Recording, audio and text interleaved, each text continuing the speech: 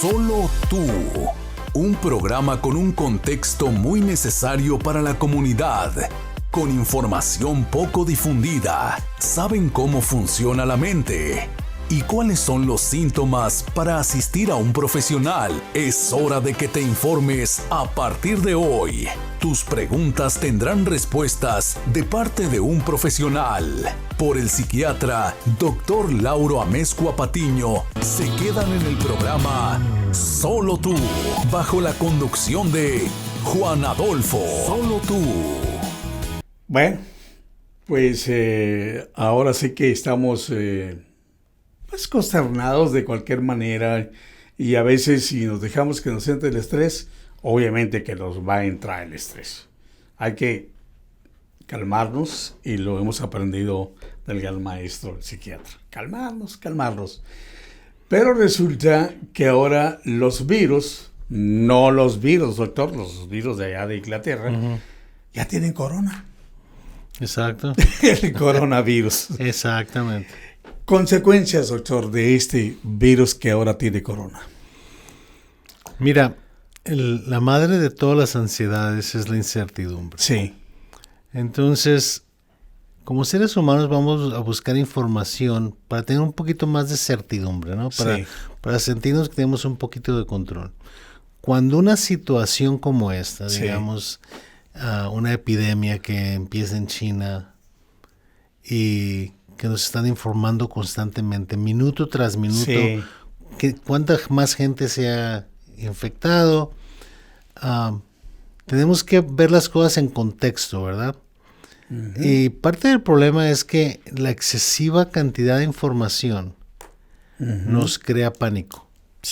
Y de veras. Y estamos reaccionando de una manera en la cual estamos pensando que el coronavirus o el COVID-19, que es el nombre correcto, va a llegar a tu casa y te va a tocar la puerta y toda la familia se va a morir. Va a entrar. ¿Okay? Uh-huh. Entonces, tenemos que verlo desde el punto de vista de cuáles son las cosas que uno puede controlar, ¿verdad? Y vamos a hablar un poquito sobre eso. Pero me mortifica mucho cómo se disemina la información, sobre todo, y cómo se recibe por la gente que está más vulnerable, ¿verdad? Uh-huh. La gente más vulnerable al estrés relacionado con las noticias es gente que tiene problemas de ansiedad, gente que tiene problemas de depresión. Porque puede interpretar la información de una manera incorrecta, ¿no? Correcto. Y eso puede crear situaciones en las cuales entran en estados de pánico. Uh-huh. Te platicaba hace rato, esta mañana estaba yo viendo las noticias, trabajando en mi computadora muy temprano en la mañana, y un personaje conocido de las noticias empieza a hablar ella sobre cómo no debemos de tener pánico por la información que estamos recibiendo. Claro. Pero ella estaba en pánico. Entonces la manera que ella estaba describiendo el problema, se sentía que obviamente ella tenía mucho miedo. Pues. Entonces tenemos que tener mucho cuidado cómo diseminamos la información. Porque hay información emocional y hay información objetiva, ¿no? Entonces, importante es qué sabemos y cómo utilizamos lo que sabemos. No cómo nos sentimos por lo que sabemos. Exactamente, ¿okay? No cómo lo sentimos, ahí lo acabo de decir. Entonces, cuando empezamos a hablar de cómo nos sentimos, entonces ya nos metemos en una camisa de 11 varas, ¿no? ¿Por qué? Porque no podemos buscar una solución para algo que no tiene solución. Exacto. ¿Okay? Uh-huh. Entonces, tenemos que empezar a pensar, ¿qué sabemos sobre este virus, no? Sabemos que el virus está principalmente en China, que probablemente 80-90% de todos los casos del mundo están en China, que ha salido de China y que está en otros lugares. Pero la mayoría de los casos, la mayoría de las muertes han sido en China. Ahora, que existe el potencial de que se expanda, ¿verdad? En el resto del mundo. Pero también tenemos que ver qué es lo que le pasa a la mayoría de la gente que se contamina con esto. Y el 80% de la gente, hasta ahorita lo que sabemos, el 80% de la gente va a tener una enfermedad menor. Probablemente tos y un poco de calentura. Luego el otro 20% van a tener enfermedades más serias, y entre más mayor sea la persona, más va a ser el riesgo de morir, ¿verdad? Entonces eso puede llegar a tener una tendencia muy grande, ¿no?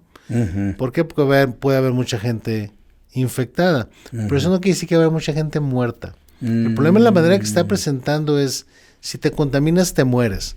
Ese no es el mensaje. Es lo que estamos escuchando, doctor. Exacto. El mensaje debe ser, hay que prevenir que se expanda para que haya menos gente enferma, ya sea con poca enfermedad o con mucha enfermedad, ¿verdad?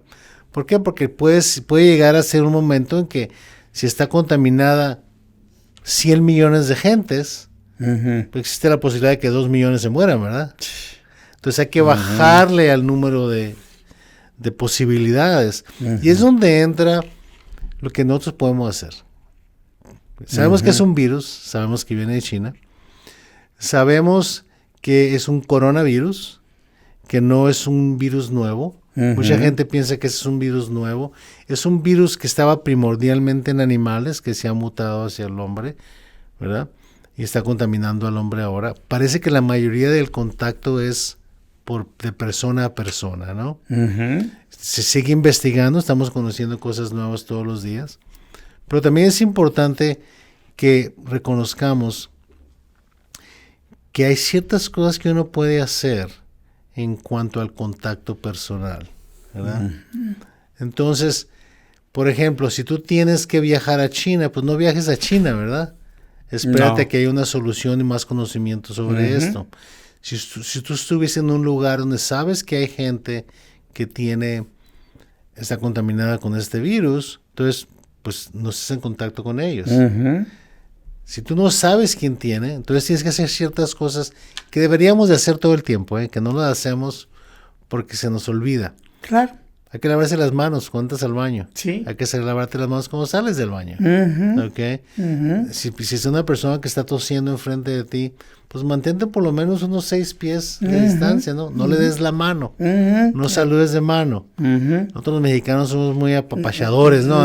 No, con que digamos así, doctor. No, nada. O sea, los mexicanos nos gusta andar abrazando y dando y el beso, lo que tú quieras. Ahorita no.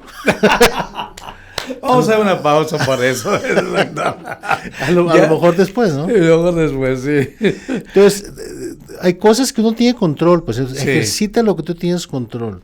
¿Verdad? Si tú piensas que no es conveniente, ya te dijeron que en tu ciudad está el virus, pues no vayas al cine, pues. No te metes a un lugar cerrado, no te metes a un cajón donde hay mucha gente, pues. Sí, claro. Entonces, todo ese tipo de detalles son las cosas que uno puede controlar. Claro. Uno no puede controlar dónde está el virus. Uno no puede controlar de dónde vino. Uno no puede controlar cómo lo está manejando otra gente. Tú no puedes controlar lo que tu vecino está haciendo. Claro. Pero puedes controlar lo que tú estás haciendo. Lo que yo estoy haciendo. ¿Verdad? Ahora, sabemos que en general los coronavirus son virus muy vulnerables al estar fuera del cuerpo humano, ¿no? Entonces, si salen del cuerpo y alguien tosió en la mesa, pues hay que ponerle un poquito de cloro, ¿no? O hay que echarle Lysol, alguna cosa, o alcohol, alguna cosa, porque el virus es muy vulnerable a eso, ¿no? O sea que, de nuevo, volvemos a lo mismo, las cosas que uno puede controlar. Claro. Y aceptar las cosas que no puedes controlar. Que no puede controlar. Exacto. Doctor, los niños que llegan a ver a noticias, están en una situación de miedo, no quiero decir de pánico, pero de preocupación. ¿Los niños son vulnerables para este tipo de virus? No, por supuesto, y los niños sobre todo de edades, digamos, de 9 a 13, ¿no? Ya están muy metidos ellos en la cuestión de comunicación digital, ¿no? Entonces, muchas de las noticias digitales tienen muchas mentiras, tienen mucha información que es errónea, ¿no? Sí. Entonces, los niños se confunden. Entonces, si los niños tienen miedo y los papás tienen miedo, entonces ¿quién está a cargo? Pues. Exacto. Entonces alguien tiene que decir no, hasta aquí, ¿verdad? Y hemos hablado de eso anteriormente, tener un poquito de control sobre qué es lo que están viendo nuestros hijos. Claro. ¿No? ¿Por qué? Porque como te decía, esta mañana me quedé pensando yo, pues estás vendiendo pánico, ¿no? Claro. Estás vendiendo pánico en la televisión. Sí. Y luego se extrapola a situaciones políticas, por ejemplo, ¿no? Ajá. O que estos son buenos, aquellos son malos, y esos quieren el coronavirus y estos no. Pues espérate. Sí. Ese es un asunto de salud. Claro. un bicho que anda suelto. Sí, claro. Que te puede hacer que te enfermes, ¿no? Claro. Entonces no lo lleves a una situación de carácter, digamos, en el cual tú decides los buenos y los malos. No juzgues. Escucha, aprende y toma control sobre las cosas que tú puedes manejar, ¿no? ¿Por qué viene de China este coronavirus? Mira, la realidad es que no se sabe exactamente, se piensa, porque esos son virus transicionales, digamos, de animal a hombre, ¿no? Se piensa que es un virus que mutó, que cambió, que estaba primordialmente en animales, ya sea en murciélagos o en víboras. Entonces, hay ciertos animales a los que son más susceptibles. Entonces, es posible que venga primordialmente del murciélago, y sigue una cadena, ¿no? El murciélago se lo come otro animal, y probablemente se introdujo ya en la cadena humana, ¿no? Entonces, ¿por qué? ¿Porque el chino come mucho animal silvestre? Pues se piensa que se inició en un mercado donde se vende mucho animal en esa zona de China. Entonces se piensa que la mutación ocurrió ahí, en ese mercado, ¿no? Pero de nuevo, estas son investigaciones muy difíciles que toman mucho tiempo y tenemos que aprender del virus. Mira, hay un sitio de internet de la CDC, cdc.gov, donde tiene muy buena información sobre el virus. Yo recomendaría que la gente vaya a ese sitio, está en inglés y en español, para entender la realidad de esto, ¿verdad? Porque, por ejemplo, si dicen, es catastrófico, ya viene el virus, ¿no? Y luego se cayó la bolsa de valores porque... La bolsa de valores se cayó por incertidumbre. ¿Por qué? Porque no se sabe qué va a pasar con las compañías que están basadas en China y todo eso. Entonces ya estás empezando a ver consecuencias de esto. Pero no quiere decir que es el fin del mundo. ¿Ok?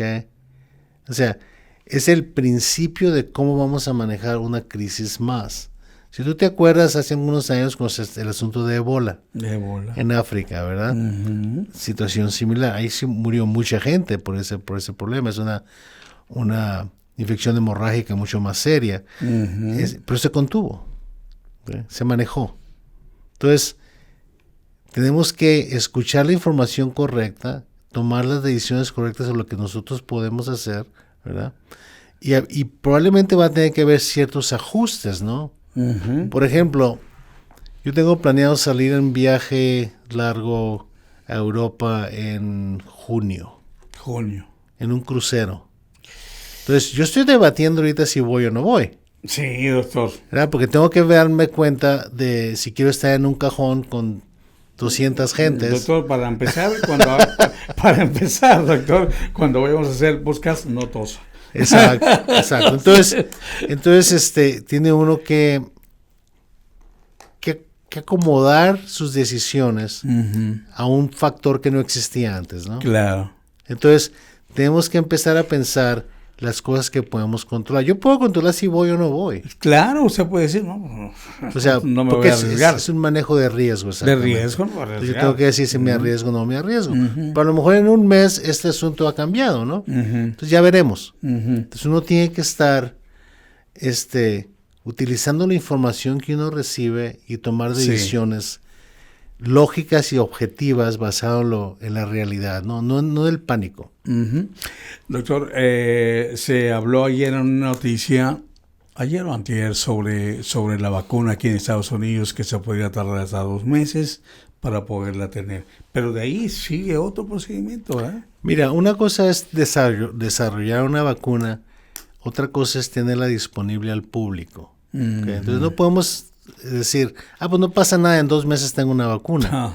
No funciona de esa manera. ¿Por qué? Porque si aunque tuvieran una vacuna o 2 o 3, tienen que probarla en animales y luego tienen que probarla en humanos y tienen que seguir la cadena para estar seguros de que la vacuna es segura, ¿no? Claro. O sea, todas las sustancias que vamos a introducir en el cuerpo humano tenemos que saber que no van a hacer daño, ¿no? Doctor, para empezar, o mejor ya para terminar, me encanta mucho de la manera que nos explica y nos platica de una manera muy positiva y de que hay que bajarle la intensidad del estrés, del pánico y de todo eso para poder vivir más funcional, ¿no? No nada más eso, pero el estar en estado de pánico y de estrés por periodos largos causa mucho daño también. Sí, claro. Te causa daño al cuerpo, te causa daño a la mente, te causa daño en la cuestión social. Tanto para hacerlo disfuncional. Exacto, o sea, por ejemplo, si tú tienes depresión y ansiedad y aparte de eso te pongo un pánico sobre ahí viene el virus y te va a matar, pues ya es un problema más serio, ¿no? O una persona que está abstemia de alcohol y tiene problemas de ansiedad y se pone más ansioso y empieza a tomar de nuevo, ¿no? Exacto. O sea, hay maneras que la gente disfuncionalmente va a buscar cómo manejar su estrés, ¿no? Eso es lo que admiro mucho de usted y caramba, yo sé que toda la gente que lo mira piensa lo mismo que yo. Doctor, pues es muy interesante saber más de este virus con corona, que yo le digo así, el único virus que yo conozco así como la reina Isabel, coronavirus. Exacto. Doctor, su cámara. De nuevo, hay que tomar las cosas con calma, hay que aprender lo más que podamos sobre el virus, hay que tratar de buscar soluciones en las cosas que uno puede controlar y escuchar a las autoridades que saben de esto, ¿no? No todo lo que oyen en internet, en WhatsApp, Facebook es cierto.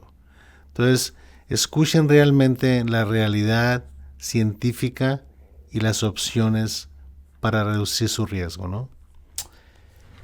Un eco del doctor, siempre lo digo, es definitivamente lo que el doctor dice, pues eso es lo que yo también les quiero recomendar. Y además, no se olviden de suscribirse. Nuestro website es www.solotu.mx. Háganle todas las preguntas al doctor, por favor.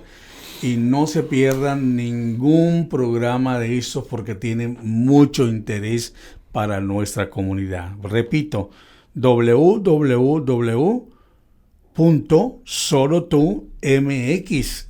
Podcast Solo Tú con el doctor Lauro Amezco Patiño. Bueno, nos tenemos que retirar, pero pronto estaremos con ustedes. Muchas gracias. Y gracias al doctor por tenerme aquí en esta charla. Mi trabajo como psiquiatra es cómo guiar a la persona en una entrevista para yo comunicarme y que se comunique conmigo lo que me quieren decir. Como te decía Juan Adolfo, es importante reconocer que las redes sociales se han convertido en una fuente de ansiedad.